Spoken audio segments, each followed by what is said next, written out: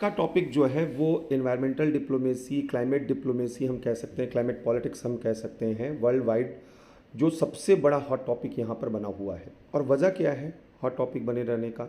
क्योंकि world wide जो है जिस तरीके से क्लाइमेट चेंज बहुत तेज़ी के साथ वो दिख रहा है, ऑब्वियस है। तो ऐसे में वर्ल्ड के सामने बहुत बड़े चैलेंजेस वहाँ पर आ रहे हैं, या हम यूँ कहें कि ह्यूमन रेस के सर्वाइवल के सामने चैलेंजेस आ रहे हैं। और इसका सलूशन जो है वो और अधिक कॉम्प्लिकेटेड हो गया है। मतलब अगर हम कुछ लास्ट 2 डिकेड्स में जो इंसिडेंट हुए हैं, अगर हम उनको यहाँ पर लें और उनके अकॉर्डिंग जो है इस चीज़ को एनालाइज करने की कोशिश करें, तो हमें ये दिखता है कि चीज़ें कॉम्प्लिकेटेड होती जा रही हैं अब और ज़्यादा इन्वायरमेंटल फील्ड में। और वो जो यहाँ पर प्रॉब्लम्स आ रही हैं बेसिकली, वो क्यों आ रही हैं अगर हम उनकी बात करें, तो सबसे पहले तो देखिए 2008 से रिसेशन स्टार्ट हो चुका है। और रिसेशन जो है वो उससे वर्ल्ड इकॉनमी रिकवर करती है, उसके पहले पेंडेमिक आ गया। पेंडेमिक ने जो है बहुत ज़्यादा जो है कैजुअलिटी की, बहुत से लोगों का जॉब जो है लॉस हुआ, और बहुत सी कंट्रीज़ की जो इकोनॉमिक ग्रोथ थी उसको हैम्पर किया है। इसका सीधा सा मतलब है कि हर एक इकॉनमी जो है आने वाले समय में अपनी इकॉनमी को और एक्सेलरेट करने की कोशिश करेंगी, और ज़्यादा इकोनॉमिक एक्टिविटीज़ को इन्हेंस करने की कोशिश करेंगी, क्योंकि हर एक कंट्री के सामने अपने सिटीजन्स की जो लाइफ स्टाइल है, जो उनकी लिविंग कंडीशन है, उनको इम्प्रूव करने का एक बड़ा चैलेंज यहाँ पर है। तो एक तो बड़ा फैक्टर इस रूप में दिखाई दे रहा है। दूसरी चीज़ ये है कि जो इमरजेंस ऑफ न्यू इकॉनमीज़ हैं, जो एक सेचुरेटेड इकॉनमी है, जो डेवलप्ड कंट्रीज़ हैं, they are moving to energy transition. वो एनर्जी ट्रांजिशन की तरफ मूव कर रही है। वो ग्रीन एनर्जी और क्लाइमेट जो है वहाँ पर जो एक्शंस हो सकते हैं उनके लिए वो एफर्ट्स ले रही हैं। लेकिन आप बात करिए जो न्यू इमर्जिंग इकॉनमीज़ हैं, लाइक जो अफ्रीकन इकॉनमीज़ हैं, बहुत तेज़ी के साथ वो अपनी इकोनॉमिक ग्रोथ करना चाहती हैं, या एशियन कंट्रीज़ लाइक बांग्लादेश जो तेज़ी के साथ अपनी जो है इकॉनमी को ग्रोथ करना चाहती हैं। और इवन इनमें सबसे इम्पॉर्टेंट कंट्री है इंडिया, जो बहुत तेज़ी के साथ अपनी इकॉनमी को ज़्यादा एक्सपेंड करना चाहती है। तो अगर इनको ये करना है तो ऐसे में इनके जो नीड है, लाइक एनर्जी नीड, वो तेज़ी के साथ बढ़ने वाली है। और ऐसे में इकोनॉमिक एक्टिविटीज़ ज़्यादा अगर बढ़ेंगी, इंडस्ट्रियलाइजेशन बढ़ेगा, अर्बनाइजेशन बढ़ेगा, तो एनवायरनमेंट के सामने तो कंसर्न आने वाले हैं। तो बेसिकली प्रॉब्लम है कि एनवायरनमेंट के सामने कंसर्न जो हैं वो बहुत तेज़ी के साथ वो रेज हो रहे हैं, आ रहे हैं सामने। और ये जो है जो क्लाइमेट पॉलिटिक्स है उसको थोड़ा कॉम्प्लिकेटेड यहाँ पर बना रहे हैं कि किस तरीके से एक कलेक्टिव जो है यहाँ पर एफर्ट लिया जाए। थर्ड प्रॉब्लम क्या है? तीसरा बड़ा प्रॉब्लम ये है कि जो अभी मल्टीलैटरलिज्म है जिस तरीके से वीक हुआ है, ये सबसे बड़ा प्रॉब्लम है कि यूनाइटेड नेशन के फोरम पर अभी वो ऑप्टिमिज्म नहीं दिख रहा है कि यहाँ पर कोई एक कलेक्टिव जो है एक्शन यहाँ पर लिया जा सके। कंट्रीज़ नेशन फर्स्ट के जो है थ्योरीज पर काम कर रही हैं, और यहाँ पर रीजनलिज्म और बायलैटरल जो रिलेशंस हैं और जो मिनीलैटरल ग्रुप्स हैं उनका रेलेवेंस बढ़ा है। लेकिन मल्टीलैटरल जो फोरम्स हैं लाइक यूनाइटेड नेशन, वो जिस तरीके से कमज़ोर हुई हैं, ये एक बहुत मेजर कंसर्न है। क्योंकि इससे क्या होगा कि जो वर्ल्ड वाइड जो एक सिमेट्री, जो एक सिनर्जी दिखनी चाहिए क्लाइमेट एक्शन को लेकर, वो यहाँ पर प्रॉब्लम आने वाला है कि वो चीज़ें यहाँ पे नहीं हो पाएंगी। तो इस वजह से जो है यहाँ पर प्रॉब्लम आने वाली है। एक और जो इम्पॉर्टेंट एस्पेक्ट यहाँ पर है वो है जो जियो पॉलिटिक्स राइवलरी चल रही है चाइना वर्सेस यूएस की। इसकी वजह से ये माना जा रहा है कि जो क्लीन एनर्जी ट्रांजिशन है उसमें जो है वहाँ पर प्रॉब्लम्स आ सकती हैं, क्योंकि ये दोनों दोनों कंट्रीज़ जो हैं वह ट्रेड वॉर कर रही हैं, इकोनॉमिक वॉर कर रही हैं, रिसोर्स वॉर कर रही हैं।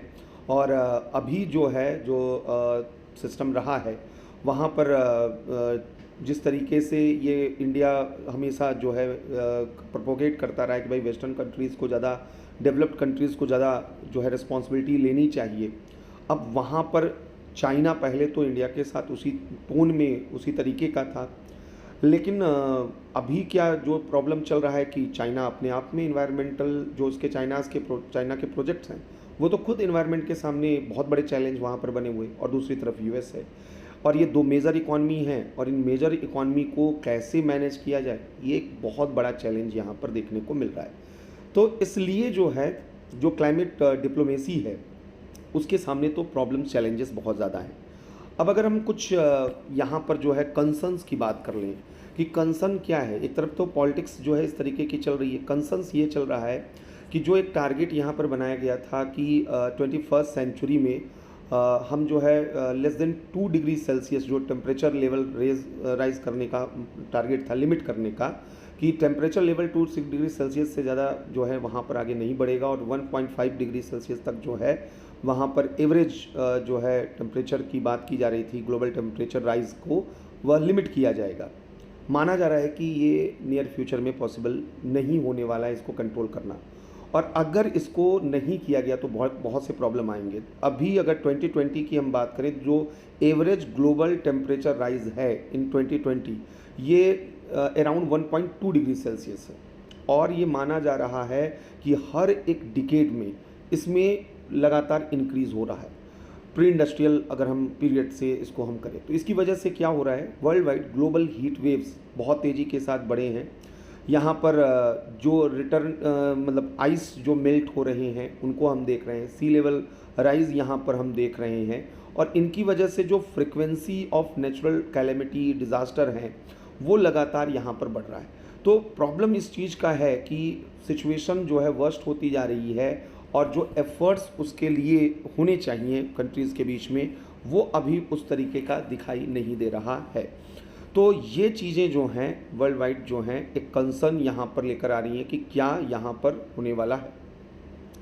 अब इसमें अगर हम इंडिया के पर्सपेक्टिव से चीज़ों को देखें तो इंडिया का जो क्लाइमेट जो डिप्लोमेसी है वो क्या है, कैसे है, और इसको समझने के पहले एक तो पहले इंडिया का स्टैंड समझिए। इंडिया के सामने क्या जो है कंसर्न है, इंडिया के का फ्यूचर प्रॉस्पेक्ट्स क्या है। जब तक वो हम नहीं समझेंगे तब तक इंडिया क्या एफर्ट करने वाला है हम ये नहीं समझ पाएंगे। एक तो पहला बेसिक अजम्पशन ये समझिए कि जिस तरीके से वर्ल्ड वाइड सिचुएशन ये बना हुआ है कि जो क्लाइमेट एक्शन पर जो एक जॉइंट एक्शन होना चाहिए वो नहीं हो पा रहा है, और अलग अलग कंट्रीज़ अलग अलग तरीके के इकोनॉमिक क्राइसिस को जो है वो फेस कर रही हैं। तो उसमें माना जा रहा है कि भाई कोई तो कंट्री होगा जो क्लाइमेट मीडिएटर का काम करेगा, कोई तो कंट्री होगा जो क्लाइमेट जो है डिप्लोमेसी को एक्सेलरेट करेगा ग्लोबल लेवल पर। तो नो डाउट इंडिया की तरफ सभी लोगों का इशारा, और इंडिया जो है इस रोल को प्ले करने की कोशिश भी कर रहा है।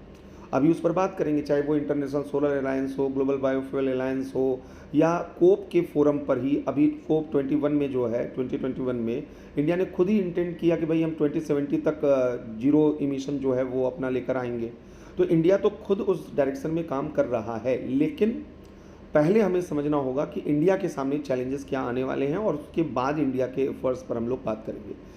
तो यहाँ पर पहले तो ये समझिए कि इंडिया जो है उसके दो अभी इस वक्त के जो सबसे इम्पोर्टेंट पिलर हैं, एक है डेमोग्राफी और एक है इकॉनमी।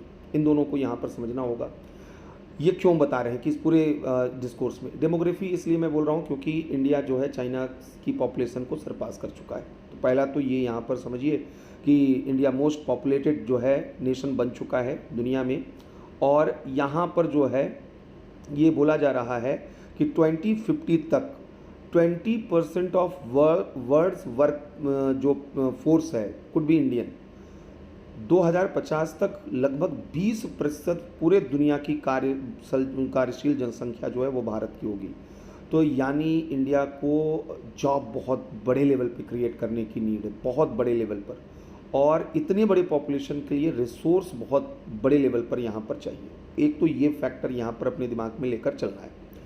दूसरी चीज़ ये है कि अगर इकॉनमी के पॉइंट ऑफ व्यू से बात करें, इंडिया जिस तरीके से उसकी इकॉनमी ग्रो कर रही है 7% 8% के अराउंड जो है वह ग्रोथ लेकर चल रहा है।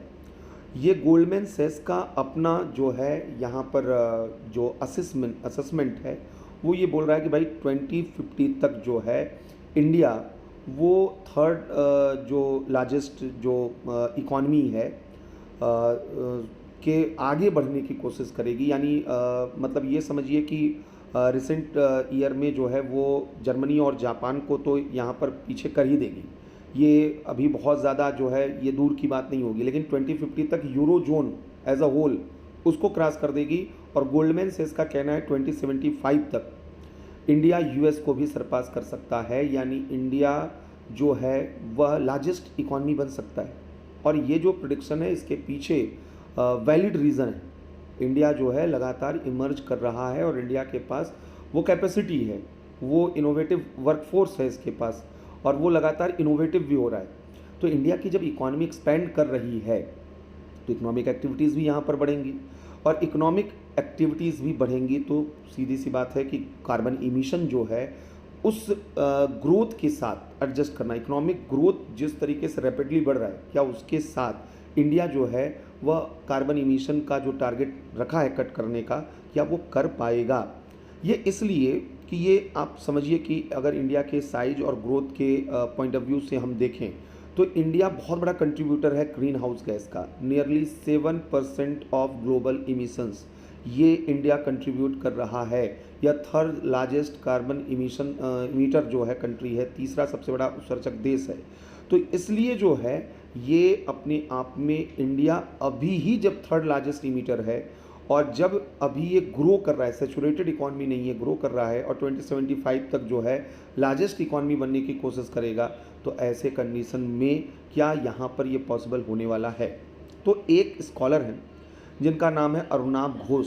अरुणाभ घोष का कहना क्या है, इनका कहना है कि India is trying to develop as fast as it can while eliminating greenhouse gas emissions.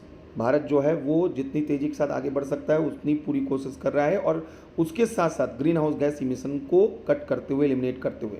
And traditionally states can not develop and decarbonise simultaneously, यानी कि कोई भी परंपरागत रूप में देखा जाए कोई भी देश जो है वह एक साथ विकसित और डीकार्बनाइजेशन दोनों एक साथ यहाँ पे नहीं कर पाया है या नहीं कर सकता है। और इंडिया, इनके हिसाब से, अरुणाभ घोष के हिसाब से, इंडिया वो काम कर रहा है जो आज तक किसी देश ने नहीं किया है। अगर इंडिया इन दोनों चीज़ों को एक साथ वहाँ पर साधने की कोशिश करेगा, मतलब यहाँ पर कहने का मतलब ये है कि इंडिया के लिए ये जो टारगेट है डीकार्बनाइजेशन का, कार्बन इमिशन को कट करने का, एनर्जी ट्रांजिशन का, जो क्लाइमेट एम्बिशन है इंडिया के, वो बहुत प्रैक्टिकल नहीं है इकोनॉमिक ग्रोथ का जो है प्रोजेक्शन देखते हुए, जिस तरीके से वो इकोनॉमिक ग्रोथ भी करना चाहता है। तो इसलिए जो है ये यहाँ पर समझना होगा। एक और चीज़ यहाँ पर समझना होगा इंडिया के पर्सपेक्टिव से, इंडिया की जो एनर्जी नीड है वो इंडस्ट्रियलाइजेशन जितनी बढ़ेगी उतनी ज़्यादा तेज़ी के साथ बढ़ेगी। अभी अगर इंडिया की हम कंडीशन की बात करें, या सेकेंड लार्जेस्ट प्रोड्यूसर और कंज्यूमर है कोल का, कोयले का ये दूसरा सबसे बड़ा उत्पादक और उपभोक्ता यहाँ पर है, और अभी जो इंडिया की पावर नीड्स है उसका 70% कोल से आ रहा है। और इसलिए जो है ये अपने आप में बहुत बड़ा ये मतलब इंडिया के सामने चैलेंज होगा कि वो अपनी ग्रोइंग इकॉनमी और पॉपुलेशन के साथ साथ वह किस तरीके से इस अपनी एनर्जी नीड को रिन्यूएबल एनर्जी से कंपनसेट कर पाएगा। अगर नहीं कर पाएगा तो फिर यहाँ पर प्रॉब्लम आएंगी। तो ये चीज़ जो है इंडिया के पर्सपेक्टिव से हमें यहाँ पर देखना है कि किस तरीके के सिचुएशन है। तो यहाँ पर जो है इंडिया के लिए भी ये बहुत टफ टाइम है कि वो दोनों चीज़ों को कैसे बैलेंस करें। लेकिन अब यहीं पर एक चीज़ और समझिए कि एक तो हमने बताया कि दुनिया में वर्ल्ड पॉलिटिक्स जो चल रही है वहाँ पर एक जो मतलब एक एग्रीमेंट होना चाहिए, करेक्ट कोऑर्डिनेटेड जो एफर्ट्स होना चाहिए, वो एक तरफ लैग कर रहा है, और दूसरी तरफ हमने कहा कि इंडिया जो है वो एक मीडिएटर बन सकता है, एक क्लाइमेट लीडर बन सकता है। लेकिन प्रॉब्लम ये है कि इंडिया के सामने जो है, जो अभी हमने चैलेंजेस बताए कि डेमोग्राफी एंड इकॉनमी की साइज जो है, अगर उन दोनों के पर्सपेक्टिव से देखें तो it is quite difficult for India to achieve this goal. अब सवाल इस चीज़ का है कि क्या इंडिया ये काम कर सकता है, और इंडिया की जो अभी की पॉलिसी है क्या वो इस दिशा में, इस डायरेक्शन में कोई काम कर रहा है, हमको उसको देखना है। तो पॉजिटिव साइड्स में हम इन सब चीज़ों को देखें तो पहली चीज़ है कि अगर हम देखें तो इंडिया जो है रिन्यूएबल एनर्जी के फील्ड में बहुत तेज़ी के साथ काम कर रहा है। यहाँ पर 2021 में अगर हम आंकड़े की बात करें 2021 में, तो इंडिया ने जो है जो ग्रीन रिन्यूएबल एनर्जी है कैपेसिटी उसको डबल किया है कोल की तुलना में। ये एक बहुत बड़ा मेज़र जो है यहाँ पर अचीवमेंट्स है कि जिस तरीके से इंडिया यहाँ पर इनोवेटिव तरीके से काम कर रहा है। तो इसलिए जो है यहाँ पे इंडिया ने जो अपना टारगेट रखा है, बहुत से लोगों का मानना है कि वो एम्बिशियस टारगेट है, लेकिन उसकी तरफ बहुत तेज़ी के साथ आगे बढ़ रहा है और वो टारगेट क्या है कि 2030 तक इंडिया जो है अपनी इलेक्ट्रिसिटी नीड्स जो टोटल है उसका हाफ जो है वह रिन्यूएबल एनर्जी से फुलफ़िल करना चाहता है। और ये माना जा रहा है कि इंडिया अभी फ़िलहाल राइट ट्रैक पर है, यानी वो अचीव कर सकता है। यह बहुत बड़ा जो है यहाँ पे मतलब कोई टफ टास्क यहाँ पर नहीं होने वाला है। तो इंडिया जो है वो कैसे इन सब चीज़ों को कर सकता है, क्या उसको करना चाहिए, इसको यहाँ पर हमें समझना है। तो पहली 2-3 चीज़ें यहाँ पर जो हमें समझनी है कि इंडिया जो है उसका क्लाइमेट डिप्लोमेसी अगर हम बोलें तो क्या है। क्लाइमेट डिप्लोमेसी में 2-3 चीज़ें यहाँ पर समझनी है कि इंडिया ट्रेडिशनली ग्लोबल साउथ का वॉइस था और वो इसीलिए अभी तक ये एफर्ट ले रहा था कि भाई हम जो है ग्लोबल फोरम पर, मल्टीलेटरल फोरम पर वह क्लाइमेट डिप्लोमेसी को वहाँ पर बढ़ावा देंगे और डेवलप्ड कंट्रीज़ को कन्विंस करेंगे कि वो जो हैं अधिक रिस्पॉन्सिबिलिटी वहाँ पर ले।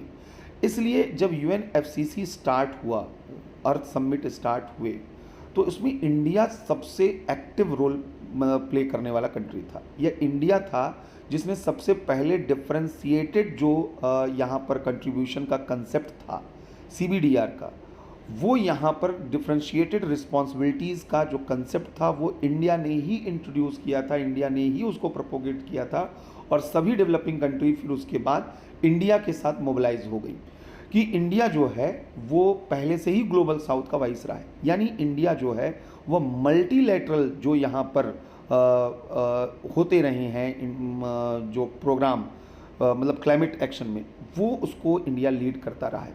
तो UNFCCC के फोरम पर इंडिया 2-3 बड़े जो फैक्टर हैं जिनको लेकर इंडिया चलता रहा है, उनमें पहले तो इंडिया के जो कंसेप्ट हैं उनको थोड़ा समझ लेते हैं। इंडिया का मानना है कि भाई जो वेस्टर्न कंट्रीज़ हैं हिस्टोरिकल रिस्पॉन्सिबिलिटीज़ उनको लेनी चाहिए डेवलप्ड कंट्रीज़ को, बिकॉज वहाँ से इंडस्ट्रियलाइजेशन स्टार्ट हुआ और वहाँ से कार्बन इमिशन स्टार्ट हुआ।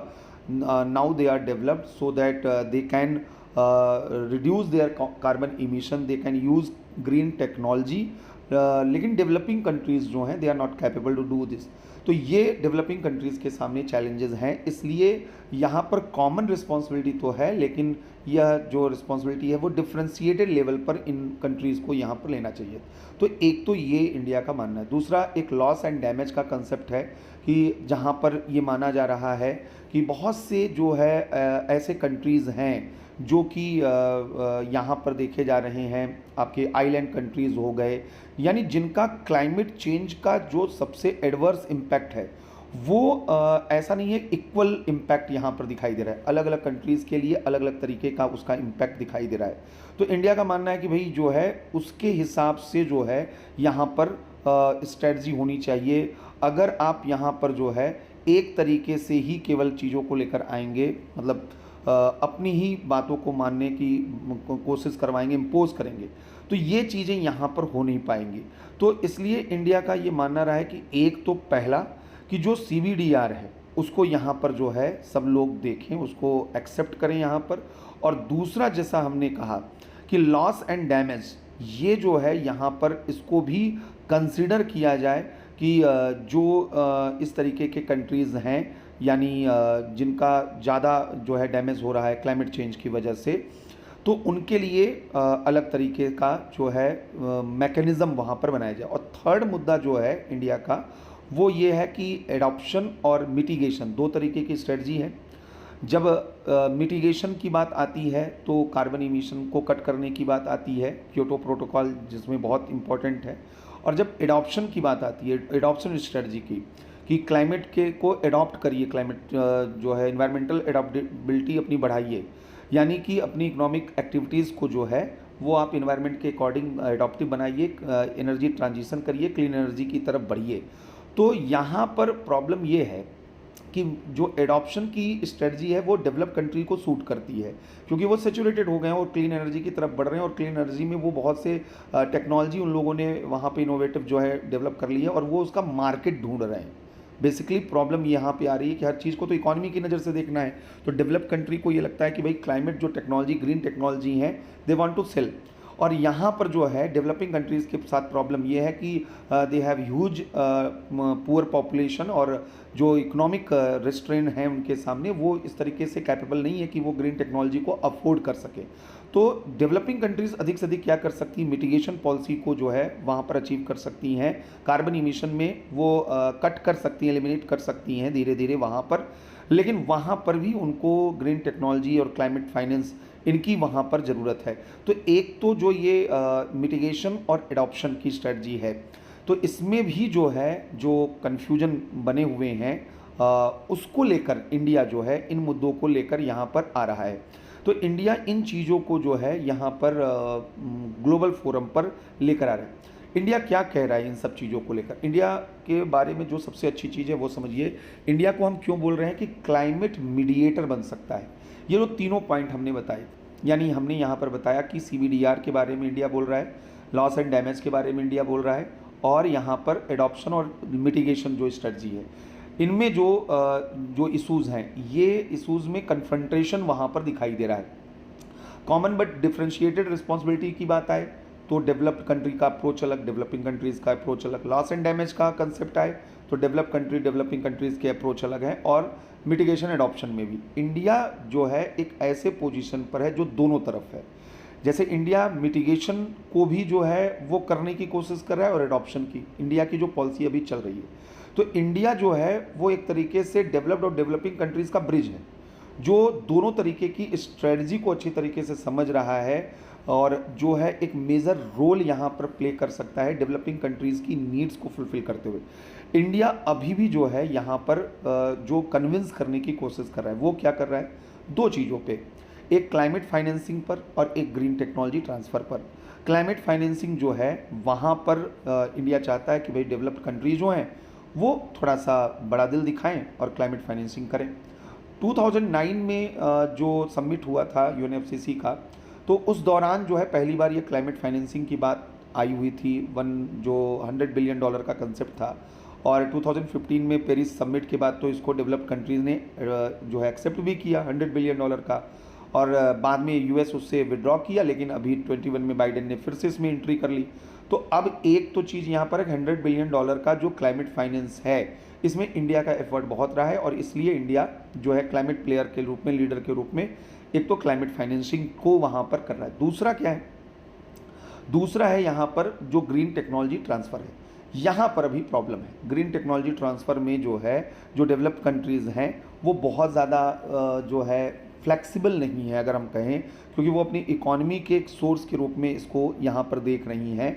और ऐसे में इंडिया जो है इस लेवल पर यहाँ अब अगर मल्टीलेटरल फोरम पर ये चीज़ें नहीं हो सकती हैं, तो वह मिनीलेटरल और ट्राईलेटरल, बाईलेटरल अलग अलग फोरम पे वो काम कर सकता है, और वो कर रहा है। जैसे इंडिया क्या कर रहा है, इंटरनेशनल सोलर अलायंस जो फ्रांस के साथ उसने स्टार्ट किया है, इसके थ्रू जो सोलर टेक्नोलॉजी वगैरह जो यहाँ पर डेवलप कर रहा है इंडिया, ये सभी डेवलपिंग कंट्रीज़ को ये टेक्नोलॉजी ट्रांसफ़र भी करेगा और कर रहा है, उनके साथ पार्टनरशिप कर रहा है, टेक्नोलॉजिकल कोऑपरेशन।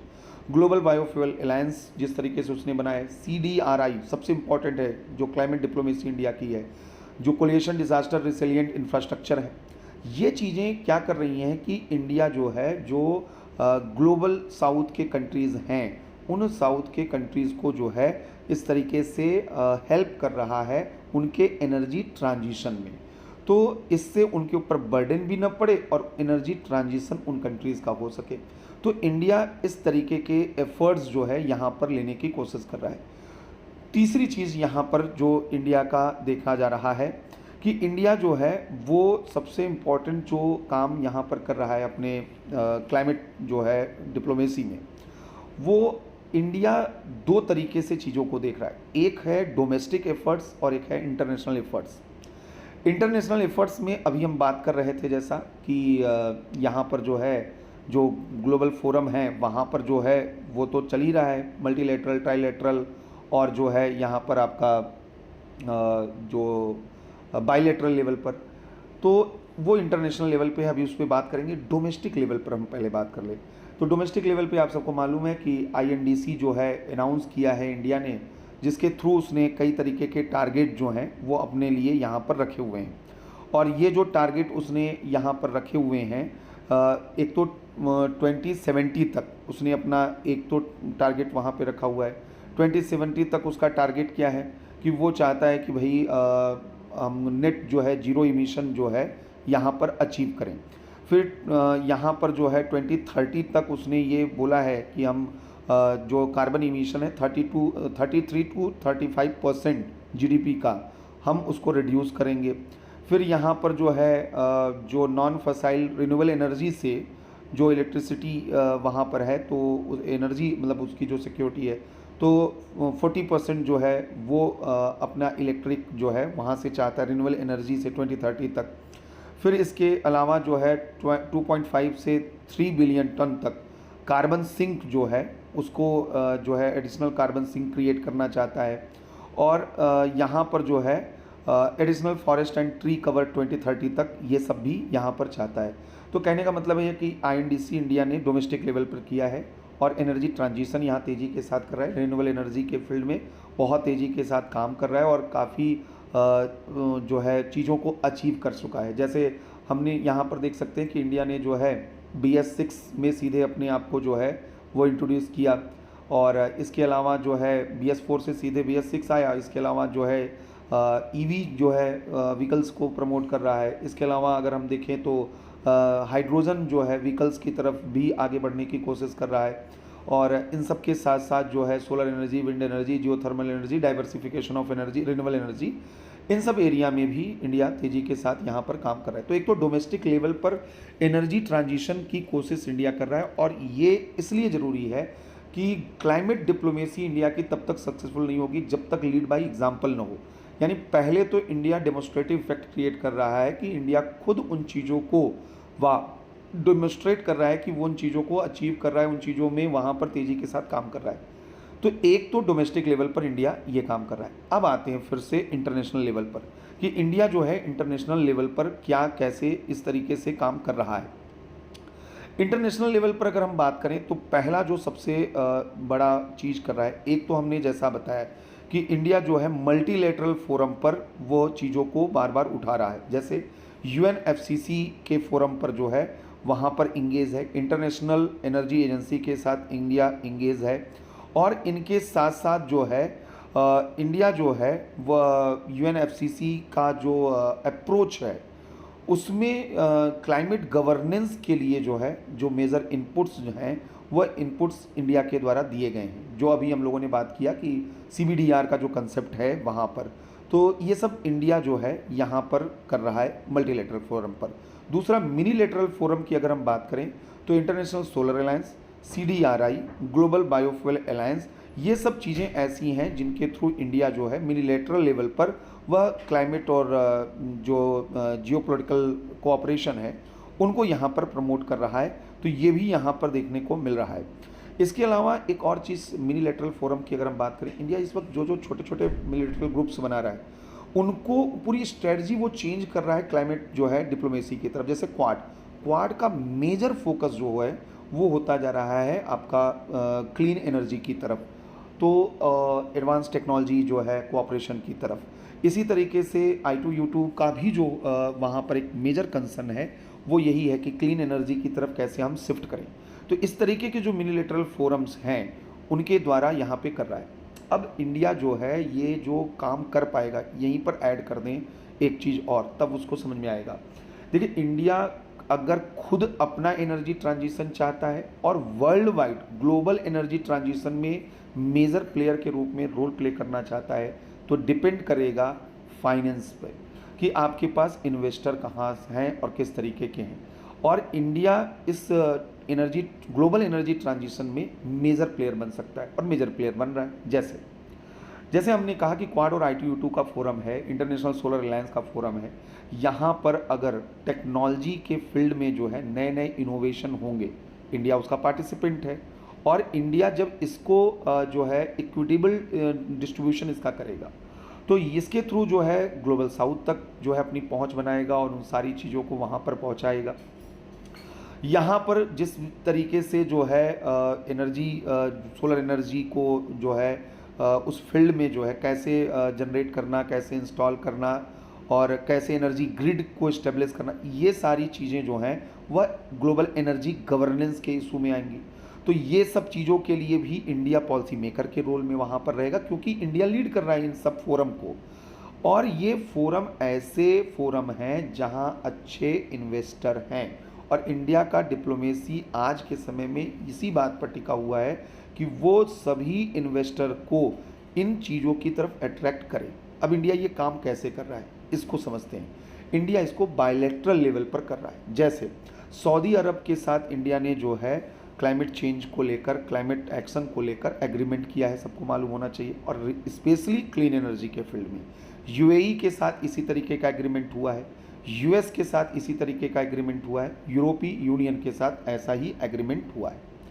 अब पहले अमेरिका और यूएस से ले लें। मेन जो इन्वेस्टर हैं वो ये बनने वाले हैं, अमेरिका और यूरोप। अब इस चीज़ को इस तरीके से समझिए कि इंडिया का जो सोलर पैनल है, सबसे ज़्यादा अभी भी इंडिया की डिपेंडेंसी फॉर सोलर पैनल, कोई बताएगा किस कंट्री पर है सोलर पैनल के लिए? किस पर? चाइना पे सर। ठीक, अब यही समझिए कि चाइना पर डिपेंडेंसी है, जबकि इस फील्ड में यूएस भी बहुत आगे। तो यहाँ पर जो यूएस और वेस्टर्न कंट्रीज़ हैं वो नहीं चाहती हैं कि भाई चाइना जो है वहाँ पर आने वाले समय में और ज़्यादा मजबूत हो, तो इसलिए यूएस और चाइना का कोलैबोरेशन हो नहीं पाएगा। अगर मेजर पावर का कोलैबोरेशन नहीं होगा तो फिर क्लाइमेट एनर्जी के फील्ड में नए इनोवेशन होंगे कैसे? ये तो कंट्री स्पेसिफिक बनकर रह जाएंगे। इंडिया इस मामले में अपने नॉन अलाइनमेंट पॉलिसी की वजह से वो न्यूट्रल कंट्री है जो सबको अट्रैक्ट कर सकता है। यानी इंडिया, और ये मतलब डिमोन्स्ट्रेट हो रहा है, इंडिया ने यूएस और जो यूरोपीय यूनियन और जो यहाँ पर मिडिल ईस्ट हैं सबके साथ जो पैक्ट किया है, इसकी खूबी समझिए। तो यूएस और यूरोपीय यूनियन की जो कंपनीज़ हैं, जो इन्वेस्टर्स हैं, वो यहाँ पर इंडिया के इन सभी प्रोजेक्ट में इन्वेस्टमेंट करेंगे। इंटरनेशनल सोलर अलायंस में आपको मालूम है कि यूएस भी पार्टिसिपेंट है और यूरोप भी पार्टिसिपेंट है। तो यहाँ पर फंड रेज करना इंडिया के लिए वो आसान होगा, और इसलिए इंडिया जो है इसके ज़रिए वो यहाँ पर एनर्जी ट्रांजिशन के फील्ड में जो इनोवेटिव टेक्नोलॉजीज़ हैं उनका एक सेंटर बन सकता है। ये इंडिया की इकॉनमी के लिए भी बहुत अच्छा है और इंडिया के एनर्जी ट्रांजिशन और क्लाइमेट डिप्लोमेसी के लिए अच्छा है। अब सवाल है कि यूएस और यूरोपियन कंट्रीज़ इंडिया को ये फंड क्यों देंगी? क्योंकि ये फंड जो है उनको कहीं ना कहीं कोलैबोरेशन करना है, उनको ये सारी चीज़ें यहाँ पर एफर्ट्स लेने हैं, उन्हें मार्केट देना है। अगर कल को वो सोलर पैनल बनाती हैं यूएस कंपनीज़, तो उनके पास एक बड़ा मार्केट ऑलरेडी रहेगा इंडिया का, क्योंकि इंडिया जो है वह एनर्जी ट्रांजिशन के दौर से गुजर रहा है और एनर्जी का सबसे बड़ा इंपोर्टर भी है। थर्ड लार्जेस्ट इंपोर्टर तो एनर्जी का है ही इंडिया। तो यहाँ पे जितना कोलैबोरेशन यूरोप और अमेरिकन कंपनीज़ के साथ होगा, इंडिया उनका मार्केट भी बन रहा है और इंडिया सप्लायर भी बन सकता है। तो यहाँ पर इन दोनों की जो है जो डिपेंडेंसी बढ़ेगी क्लीन एनर्जी के लिए, या इन दोनों की इकोनॉमी को बेनिफिट देगी और चाइना को एक्सक्लूड करने में ये बड़ा यहाँ पर कंट्रीब्यूशन होगा। तो इसलिए ये कंट्रीज़ जो हैं नज़दीक आ रही। ये इंडिया का बायलैटरल लेवल पर जो डिप्लोमेसी यहाँ पर चल रहा है। जो मिडिल ईस्ट की कंट्रीज़ हैं, सऊदी अरब और यूएई, ये दोनों कंट्री जो हैं अपने पेट्रोलियम सेंट्रिक जो है इकॉनमी से डाइवर्स होना चाहती हैं, और ऐसे में ये इंडिया को एक पोटेंशियल जो है प्लेयर के रूप में देख रही हैं कि इंडिया जो लीड कर चुका है इस तरीके की चीज़ें। तो इसलिए इन कंट्रीज़ के पास भी चूंकि सॉवरेन वेल्थ फंड बहुत अच्छा है, तो ये भी इंडिया को फंड यहाँ पर प्रोवाइड कर सकती हैं। तो इसका मतलब ये है कि इंडिया एक जो क्लाइमेट डिप्लोमेसी है उसमें जो वो कोशिश कर रहा है कि ऐसी कंट्रीज़ जो ऑलरेडी क्लाइमेट जो है रिसिलिएंट जो टेक्नोलॉजी है, क्लाइमेट जो टेक्नोलॉजीज़ हैं, ग्रीन टेक्नोलॉजीज़, उनमें जो लीड कर रही है और जिनके पास फंड है, इंडिया उनके साथ कोलैबोरेशन वहाँ पर करे। तो यूएस और यूरोप वहाँ पर टेक्नोलॉजी के पॉइंट ऑफ व्यू से और फंड के पॉइंट ऑफ व्यू से सऊदी अरब, यूएई जैसे कंट्री। तो ये भी एक बड़ा एफर्ट्स जो है इंडिया यहाँ पर लेकर चल रहा है। तो एक मल्टीलेटरल लेवल पर जो वो काम कर रहा है, और एक जो है यहाँ पर जो मिनी लेटरल लेवल पर और एक बाईलेटरल लेवल पर। अब एक और चीज़ यहाँ पर देखिए, जो हम यहाँ पर बोल रहे हैं कि India as a climate mediator, ये सबसे इम्पॉर्टेंट चीज़ है। क्योंकि देखिए जब तक जो है एनर्जी ट्रांजिशन को लेकर पूरी दुनिया में ग्लोबल एनर्जी ट्रांजिशन को लेकर एक कंसेंसस बिल्ड नहीं होगा, तो यहाँ पर ये जो क्लाइमेट चेंज को रोकने वाली प्रॉब्लम है, इसके साथ समस्या ये है कि क्लाइमेट चेंज एक ऐसा इशू है जो वो कंट्री जो यहाँ पर जो पोल्यूशन कर रही हैं उनको पनिशमेंट नहीं मिलने वाला है, पनिशमेंट किसी और को मिलने वाला है या सबको मिलने वाला है। कोई भी कंट्री अगर इस पूरे प्रोसेस से कोई भी कंट्री एक्सक्लूड हो रहा है और वह कार्बन इमिशन कर रहा है और ग्लोबल वार्मिंग का एक बड़ा कंट्रीब्यूटर बन रहा है, तो यह वर्ल्ड वाइड सबके लिए प्रॉब्लम होगी। और अगर एक कंट्री ये काम करेगा तो ऐसे में अन्य जो अदर कंट्री हैं डीमोटिवेटेड होंगी कि वो कार्बन इमिशन की तरफ क्यों मूव करें। तो इसलिए जो है यहाँ पर मुद्दा ये है, कोई तो कंट्री चाहिए जो सबको एक फोरम पर लेकर आए, और इसमें जो है इंडिया का जो रोल है वो सबसे बड़ा रोल है। इंडिया एक जो है ट्राइलेटरल ब्रिजिंग का काम कर सकता है। ट्राइलेटरल ब्रिजिंग का मतलब क्या है, एक तरफ नॉर्थ और एक तरफ साउथ, नॉर्थ साउथ और इंडिया, मतलब नॉर्थ साउथ को जो है यहाँ पर, और दूसरी तरफ मतलब एक हो गया south south cooperation, north south cooperation. तो या ये जो मतलब इस तरीके का एक ट्राइलेटरल जो इंगेजमेंट है साउथ साउथ नॉर्थ, ये पूरा ट्राइलेटरल ब्रिजिंग का काम इंडिया करेगा और इन फोरम सबको यहाँ पर लेकर आएगा। और already Indian solar international solar alliance, global biofuel alliance, इन सब के थ्रू इंडिया यही काम यहाँ पर कर रहा है।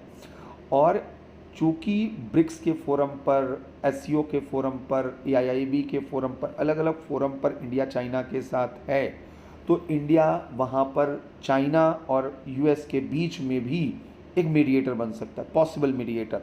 हालांकि चाइना के साथ जिस तरीके के कन्फ्लिक्ट्स इंडिया के साथ हैं, ये एक बड़ा यहाँ पर चैलेंजिंग टास्क रहेगा, लेकिन ये है कि इंडिया इस तरीके से निगोशिएशन यहाँ पर कर सकता है।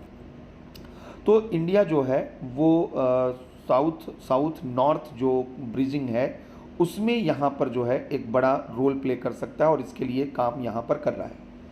अब मुद्दा ये है कि इंडिया ये सब चीज़ें जो डोमेस्टिक लेवल पर, इंटरनेशनल लेवल पर जो ये काम कर रहा है, इसका फ्यूचर हम किस रूप में अगर हम देखें कि किस तरीके का है, क्योंकि देखिए अभी भी क्लाइमेट पॉलिटिक्स के सामने जो सबसे बड़ा इशू है वो है ग्रोथ सेंट्रलिटी।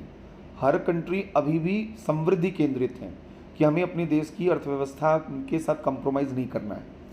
और अगर जो कंट्री एनर्जी ट्रांजिशन कर रही हैं उसमें भी उनकी लालच है, जैसे अमेरिका और यूरोप, वो ग्रीन एनर्जी को या क्लीन एनर्जी को एक सोर्स ऑफ इकोनॉमी के रूप में देख रही हैं। और डेवलपिंग कंट्रीज़ अभी भी जो हैं वह अपनी ग्रोथ पर पूरी तरीके से फोकस हैं। और इनके सामने जो है प्रॉब्लम ये है कि जिस तरीके से चाइना जो है वहाँ पर अनसस्टेनेबल फाइनेंसिंग कर रहा है, तो और वो रुक नहीं रहा है, और ये कंट्रीज़ भी वहाँ पर जो हैं वो चाइना से जो है चाइना के इस तरीके के प्रोजेक्ट को अप्रूव कर रही हैं। तो ये क्या यहाँ पर नियर फ्यूचर ये पॉसिबल है। So what is future of climate diplomacy in global arena, क्या आप लोगों को लगता है?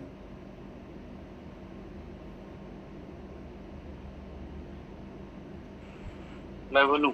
हाँ आज मैं बोलूंगा, पहले बोलूंगा। क्या क्लाइमेट डिप्लोमेसी का फ्यूचर क्या है, राइट? हाँ तो क्लाइमेट डिप्लोमेसी आने वाले टाइम में एक मतलब बहुत बड़ा फील्ड होने जा रहा है। इसका कारण ये है कि दुनिया के जितने विकासशील देश हैं वो तेजी से विकास कर रहे हैं, उनकी ऊर्जा आवश्यकताएं लगातार बढ़ रही हैं। और फिर तीसरी बात ये है कि वो ये सारे देश जो है क्लाइमेट चेंज का भी शिकार हो रहे हैं, तो इसलिए भी क्लाइमेट जस्टिस की बात करें कि हमारे साथ न्याय हो। क्लाइमेट का चेंज का असल प्रभाव तो हम पर ही पड़ रहा है। तीसरी बात ये, जो विकसित देश विकासशील देश है उनकी जो ऊर्जा आवश्यकताएं हैं वो कोयले पर अधिक बेस्ड है। जैसे इंडिया ने पिछले बार इकोनॉमिक सर्वे में लिखा है दिशा कि हम मतलब हमारे लिए कोयला मतलब मजबूरी की तरह है कि मतलब हम चाहें भी कोयला छोड़ना तो हम छोड़ नहीं सकते। अगर छोड़ेंगे तो हम मतलब स्थिति हम मतलब सोच नहीं सकते कितनी भयानक स्थिति हो सकती है। तो क्लाइमेट जो पॉलिटिक्स है उसमें मेन चीज ये है कि पहले तो हम जो ट्रांजिशन कर रहे हैं उस ट्रांजिशन को किस तरीके से देखते हैं और किस तरीके से आगे लेकर जाते हैं, इसमें जितने विकासशील देश हैं इनकी भागीदारी क्या होती है। और दूसरा कि इस जो एनर्जी ट्रांजिशन है इसके लिए जो फंडिंग की बात है, ये फंडिंग कहाँ से आएगा। हाँ तो हम किसी तरीके से जो जिम्मेदार देश हैं, जवाबदेह देश हैं, यूरोप और अमेरिका, हम उनको किस तरीके से एक स्टेज पर लाते हैं और ये इस ऑपरेशन को आगे की तरफ लेके जाते हैं, राइट। तो आज जैसे चाइना के पास डीप पॉकेट है, तो पॉसिबल है कि चाइना इस ट्रेन को हमसे पहले पकड़ ले, but India is on the way to it. India ये इंटरनेशनल सोलर अलायंस के थ्रू कर रहा है, बायोफ्यूल अलायंस के थ्रू कर रहा है, और भी कई सारे alliances in future India form कर सकता है। जो OSOGOW कह रहा है वो भी यही है कि मतलब हम एक ग्रिड की बात कर रहे हैं, तो अल्टीमेटली इंडिया उसी जस्टिस की बात कर रहा है, but India is lack of fund, और इंडिया इस फंड के लिए कैसे ये उसको आगे की तरफ ले जाएगा, ये देखने वाली बात होगी। तो क्लाइमेट जस्टिस अभी बहुत बड़ा इतना नहीं हो शिवम, सकता। Sir future of climate justice की अगर बात की जाए तो future of sir climate justice should be based on the equitable climate justice. और एक स्टेटमेंट है sir, global problem means global solution and global cooperation. तो सर अगर यहाँ बात की जाए तो जैसे it is known to everyone that global not be responsible for the climate change, and जो भी उन्होंने अभी तक इमिशन किया है, एट द सेम टाइम जो सर डेवलपिंग कंट्रीज है या लीस्ट डेवलप कंट्रीज है, their need is to grow. उनकी अपनी नीड्स, उनकी ग्रोथ सेंट्रलिटी है, they have to focus on their development, because at the same time अगर वो अपने ग्रोथ पर, अपने डेवलपमेंट पर फोकस नहीं करेंगे, जैसे इंदिरा गांधी जी ने कहा था कि poverty is the worst form of pollution, तो सर फिर वो वाला कैच 22 वाली सिचुएशन है। तो इस केस में sir every country has to come together and we need to work on the principle of common but differentiated responsibility with respected capability. एक और सर उसमें ऐड वर्ड हो गया था, विद रिस्पेक्टेड कैपेबिलिटी, मतलब जिसकी जितनी कैपेबिलिटी है उसके अकॉर्डिंग आपको कॉमन बट डिफरेंशिएटेड रिस्पांसिबिलिटी वाले एजेंडा पे काम करना पड़ेगा। तो सर यहाँ पर डेवलप जो कंट्रीज हैं उनको ये करना चाहिए, they should transfer clean technologies to the developing countries, least developed countries, without any strings attached. They should not try to sell. मतलब उसको जियो इकोनॉमिक्स के पर्सपेक्टिव से नहीं देखना है, they should see from the perspective of the global good. ये sir global good हो गया बिकॉज हम ग्लोबल कॉमन की बात कर रहे हैं यहाँ पर। यहीं पे एक चीज़ ऐड कर देना है जिससे वो और क्लियरिटी हो जाए।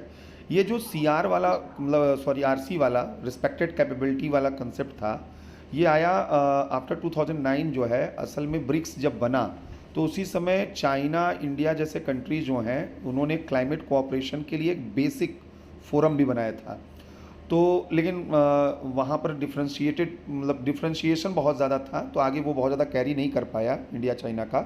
लेकिन उसमें उसी के समय एक ये चीज़, एक कंसेप्ट ये डेवलप हो रहा था कि डेवलपिंग कंट्रीज़ जो हैं ग्लोबल साउथ, वो भी जो है हेट्रोजोनस है, वो मतलब एक जैसे नहीं है। तो इनमें जो लीडिंग कंट्रीज़ हैं ग्लोबल साउथ में, उनको अधिक रिस्क, क्योंकि वो जो डेवलप्ड और डेवलपिंग कंट्रीज़ में होना चाहिए था एक मीडिएशन, वो हो ही नहीं पा रहा था। क्योंकि डेवलप कंट्री कह रहे हैं भाई चाइना, इंडिया सब आगे बढ़ रहे हो और आप लोग चाहते हैं क्लाइमेट फाइनेंसिंग, आपके यहाँ इतना ह्यूज पॉपुलेशन और सारा चीज़ है, तो ये कैसे पॉसिबल होगा, ये गलत तरीका है। तो ऐसे में यहाँ पर जो है ये कहा गया कि भाई जो ऐसे कंट्री हैं जो कैपेबल हो गए हैं एनर्जी ट्रांजिशन के लिए, एटलीस्ट वो तो डेवलपिंग कंट्रीज़ में आगे बढ़ें। तो यहाँ से रिस्पेक्टेड कैपेबिलिटी का कंसेप्ट आया कि जैसे चाइना ने अपना INDC अनाउंस किया, फिर इंडिया ने अपना INDC अनाउंस किया, और ये जो कंट्री हैं इमर्जिंग कंट्री डेवलपिंग कंट्रीज़ में। और ये सबसे इम्पॉर्टेंट है कि जो कंट्री वह जैसे डेवलप कंट्री की ज़्यादा ग्रेटर रिस्पॉन्सिबिलिटी है, फिर जो लीडिंग जो इमर्जिंग डेवलपिंग कंट्रीज़ हैं उनकी जो है वहाँ पर मीडियम रिस्पॉन्सिबिलिटी है, और जो ज़्यादा जो है प्रोटेक्शन मिलना चाहिए वह जो लिस्ट डेवलप कंट्रीज़ हैं उनको ज़्यादा प्रोटेक्शन मिलना चाहिए। तो ये अप्रोच होना चाहिए। हाँ ठीक है। और सर इसके अलावा जैसे अब CBDR की हमने बात कर ली, उसके अलावा सर जैसे कि पूरी वर्ल्ड में हमें क्या करना है, जो INDC टारगेट है under the Paris climate agreement, उसको हमें और एम्बिशियस बनाना पड़ेगा, because already we have reached the target of 1.2 degree Celsius. बिल्कुल। और at the same time sir जैसे जो हमारे ग्लोबल मल्टीलैटरल इंस्टीट्यूशंस हैं, लाइक जो इंडिया अभी लीड कर रहा है, इंटरनेशनल सोलर अलायंस हो गया, तो यहाँ पर सर ज़्यादा से ज़्यादा फंडिंग आनी चाहिए। जैसे इंडिया ने एक इंटरनेशनल सोलर बैंक भी बनाया हुआ है, तो उसका टारगेट है कि इंडिया मतलब global mobilisation of around $1,000 billion. Sir एक वो मोबिलाइजेशन हो जाएगा तो then we will be able to generate around 1000 gigawatt of energy. तो सर एक वो बहुत बड़ा गेम चेंजर हो सकता है। इसके अलावा CDRI हो गया सर, पोल्यूशन पर डिजास्टर रिजिलेंट इनिशिएटिव, ये आपका एडॉप्टेशन में काम आएगा, क्योंकि जो क्लाइमेट चेंज हो रहा है उसके रिस्पेक्टिवली हमको एडॉप्टेशन भी करना है। इसके अलावा सर जो वही है, यहाँ पर फाइनेंस में सब डेवलप कंट्रीज को लीड करना पड़ेगा। और इंडिया ने सर जैसे COP26 में एक बात की थी कि इंडिया को न्यूक्लियर सप्लायर ग्रुप की मेंबरशिप देनी चाहिए, क्योंकि इंडिया ने बोला था कि nuclear energy is green energy. तो sir India global climate global environment governance को लीड कर सकता है, but at the same time developed country has to take more burden according to their respective capabilities, और लॉस एंड डैमेज फंड को हमें operationalise करना पड़ेगा, then only we can get the success as per the target under Paris climate change agreement. तो क्या ये लगता है कि जो क्लाइमेट फ्यूचर है वर्ल्ड का, उसमें सबसे बड़ा जो ऑब्स्टेकल है वह है यूएस चाइना जो न्यू कोल्ड वॉर? मैं ये कहने जा रहा था कि यूएस जो है पेरिस मतलब समझौते से बाहर हो चुका है। नहीं, तो आ यूएस गया, ने रिज्वाइन कर लिया। फिर से आ गया, कर लिया, वापस ज्वाइन कर लिया सर, मीटिंग जाते। अब बताइए, क्या अगर ये क्वेश्चन आया कि क्लाइमेट जो है डिप्लोमेसी में सबसे बड़ा ऑब्स्टेकल यूएस चाइना टेंशन है या वॉर है, ट्रेड वॉर, वो प्रॉब्लम है, तो how can you deal it?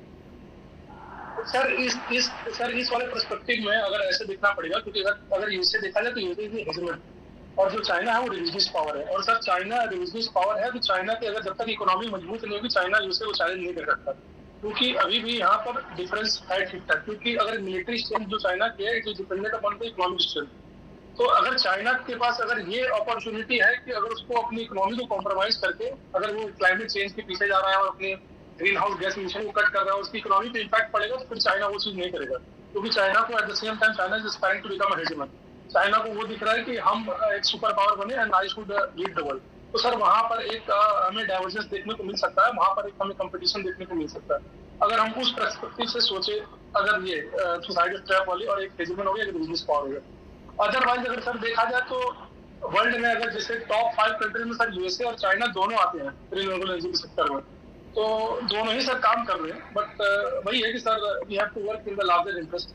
अगर कोल्ड वॉर के सर पर्सपेक्टिव से जाना पड़ेगा तो फिर वो वाला लॉजिक लिखना पड़ेगा, अदरवाइज कॉपरेशन, अगर लिबरल इंस्टीट्यूशनल अप्रोच लेंगे तो सर कॉपरेशन वाला लिखना पड़ेगा।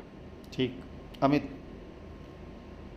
सर ऐसा नहीं है कि क्लाइमेट डिप्लोमेसी या क्लाइमेट जस्टिस में सिर्फ यूएस और चाइना का जो कोल्ड वॉर चल रहा है यही बस एक रीजन है, उसमें जो ऑब्स्टिकल के रूप में देखा जा रहा है, वहाँ पे और बहुत से ऑब्स्टिकल्स हैं। जैसे जो विकसित देश हैं वो अपनी हेजमनी बना के रखना चाहते हैं, वो अभी भी सर तकनीकी है उसके हस्तांतरण को लेकर के बहुत ज्यादा सहयोग पे नहीं बल दे रहे हैं। प्लस सर जो विकासशील देश हैं उनमें भी सर असमानता देखी जा रही है, कुछ बहुत पीछे हैं, कुछ बहुत आगे हैं, कुछ मध्यम शक्ति के धारण करने वाले हैं। तो ऐसे में सर इनके भी बीच में बहुत अच्छी सहयोग की धारणा नहीं देखी जा रही है पर्यावरण को लेकर के, क्लाइमेट को लेकर के। तो ये भी एक मेजर ऑब्स्टिकल्स हैं जो चाइना और यूएस के हट करके हैं। लेकिन मेन जो चैलेंज है वो यूएस और चाइना, क्योंकि अगर दो मेजर जो मतलब इमिशन करने वाले कंट्री हैं वो एक लेवल पर जाकर कंप्रोमाइज़ नहीं करेंगे तो इंडिया का एफर्ट्स जो है वो इतना बड़ा एफर्ट्स नहीं हो पाएगा ना, क्योंकि फिर फंड आप उस तरीके के रेज नहीं कर पाएंगे। अगर फंड आपने रेज भी कर लिया, अगर जो है यूएस वो मार्केट के ही पॉइंट ऑफ व्यू से, प्रॉफिट के पॉइंट ऑफ व्यू से ही देखते रहा ग्रीन जो है टेक्नोलॉजी को, तो फिर ऐसे में एनर्जी ट्रांजिशन तो होगा ही नहीं। विलियम कैटिल ने कहा था एक बार कि हम अपना कचरा कहीं दूर नहीं फेंक सकते क्योंकि अब कोई भी जगह दूर नहीं रह गई है। तो ऐसे में ये हो सकता है कि कुछ टाइम के लिए यूएस और चाइना के बीच में जो ये कन्फ्रंटेशन देखा जा रहा है ये चलता रहे, बट एक टाइम फ्रेम के बाद इन दोनों लोगों को एक साथ आना ही पड़ेगा, क्योंकि क्लाइमेट इशू ऐसा नहीं है कि जो आपसे पर कैपिटा इनकम पूछ करके आपके ऊपर उसका इम्पैक्ट पड़ेगा। ये संदीप शरण जी का एक कोट आया था कि आजकल का जो कोलेजन, उन्होंने 4 कोलेजन की बात करी है sir, geographical collagen, real and virtual collagen, और उसमें एक कोलेजन सर ये भी है प्लेनेट एंड पीपल कोलेजन। तो उसमें उन्होंने ये बात रखी थी कि जो क्लाइमेट को ये चल रहा है इशू, ये आपके पर कैपिटा इनकम या आपके भौगोलिक क्षेत्र को देख करके आप पे इम्पैक्ट नहीं डालने वाला है, ये सबके लिए समान रूप से खतरा है, तो इसमें सभी को साथ आना पड़ेगा।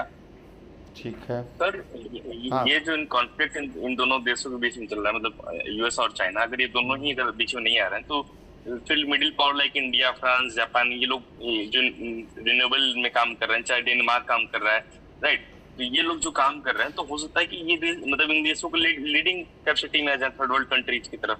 तो इन द एंड ये चाइना के निकाय में तो ये भी होगा ना, क्योंकि वो ऑब्वियसली नहीं चाहेगा कि मतलब इंडिया इस चीज को लीड करे, तो वो भी इस फील्ड में अपने कॉम्पीट करने या बैलेंस करने से लौटेंगे, क्योंकि कैपेबिलिटीज तो उनके पास है, राइट, तो वो कोशिश तो करेंगे। मतलब अगर इंडिया इस चीज को लीड कर रहा है, इससे बना रहा है, तो इन फ्यूचर आप देख सकते हैं कल एक नया ऑर्गेनाइजेशन चाइना खड़ा कर दे जो ग्रीन एनर्जी पे काम कर रहा हो। मतलब मेन ये चीज एक तो फील्ड यही नहीं है, हो सकता है। मेन चीज तो यही है। एक चीज और सर देखी जा रही है, जैसे उस दिन आपने जब आइसलैंड डिप्लोमेसी को लेकर के बात की थी, वैसे ही सर ये क्लाइमेट डिप्लोमेसी भी है जो आज के फॉरेन पॉलिसी को डिसाइड कर रही है, आज आपके अंतर्राष्ट्रीय संबंधों को डिसाइड कर रही है। तो ऐसे में ये भी सही है कि चाइना नहीं चाहेगा कि भारत के बहुत से ऐसे देशों के साथ जैसे उसका एनसर्कलमेंट हो, ये चाइना नहीं चाहेगा, क्योंकि भारत लगातार क्लाइमेट के सेक्टर में, चाहे वो मिटिगेशन के लेवल पे हो, चाहे वो एडॉप्टेशन के लेवल पे हो, चाहे वो राष्ट्रीय स्तर पे हो, चाहे वो अंतर्राष्ट्रीय स्तर पे हो, दोनों लेवल पे सर इंस्टीट्यूशनल रूप में बहुत अच्छा काम कर रहा है। सही तो बात, ऐसे में चाइना, जी सर सही बात है। अगर जो है इंडिया जो है वो क्लाइमेट जो डिप्लोमेसी उसकी चल रही है, अगर इसी तरीके से इसी बात पर इंडिया को क्या करना होगा, नॉन अलाइंड पॉलिसी पे काम करना होगा। हर चीज़ में चाइना को कंपटीटर के रूप में देखने की ज़रूरत नहीं है। जिन फोरम पर, जैसे इंडिया क्या कर सकता है, चाइना को फोर्स कर सकता है ब्रिक्स के फोरम पर, और चाइना को रिस्पॉन्सिबल बनाने का भी कोशिश होना चाहिए।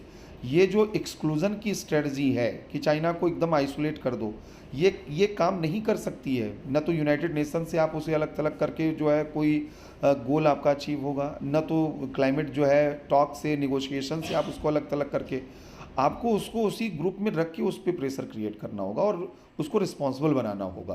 पहली चीज़ तो ये। दूसरी चीज़ बैरी बुजान, हाँ।